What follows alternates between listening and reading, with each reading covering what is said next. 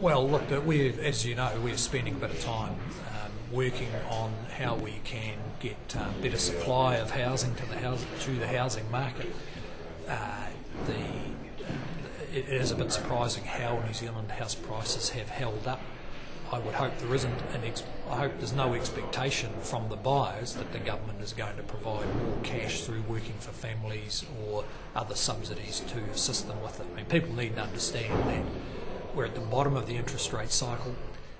If they're borrowing large amounts of money to buy houses, they're not going to get further support from government. So Back in the mid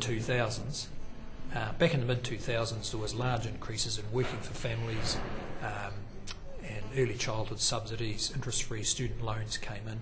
All of those things gave people more cash that enabled them to support larger mortgages. That is certainly not going to happen over the next 5 to 10 years. You're going to cap them? Well, we have capped all those schemes. They're not growing. So when are we going to see the government's moves to allow for the supply of more housing?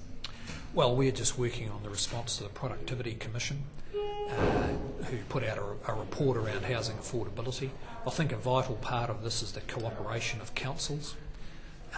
Councils have choices. They can choose to make rules and invest in a way that is going to increase the supply of housing, or they can choose to do other things. Well, government could choose to impose the rules on all of them. That's right. And when you see New Zealand as one of the more expensive housing markets in the world, it's certainly making us think pretty hard about what rule changes we need to change that situation. I think the Productivity Commission is actually doing work on local government as well, isn't it? So would that be something that that report would also be considered in terms of considering their earlier report as well on housing affordability? Well, look, there's any number of reports, but a lot of this, all of which are going to be useful, but a lot of this is about the will to make it happen. So the government is pretty keen on taking steps it can to assist with reducing the lack of affordability of housing, particularly at the lower end. We are in discussions with councils, and we're keen to see them commit to the kind of planning processes that will enable more supply of housing. Up until recently, we haven't seen that willingness. I think we're starting to see that with councils. So it's about changing planning processes, not councils investing in social housing.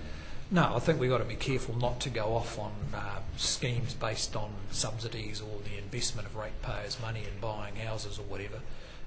We can get considerable gains if councils decide they want to see their housing more affordable, and they're willing to make the changes that will enable more supply of housing. They're in for a big hit as well with the infrastructure costs, so surely that involves government as well then, in terms of sewage and roads out to these new suburbs. Look, all of that is part of the discussion. I'm not saying it's dead simple. And you guys are capping rates increases.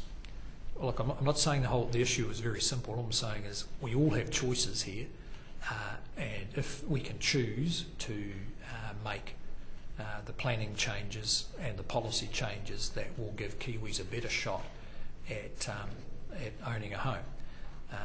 And that's just got to weigh that up with the other priorities such as large transport projects or whatever. And when are you aiming to release that response to the Productivity Commission? Well, look, it'll probably be October, I think.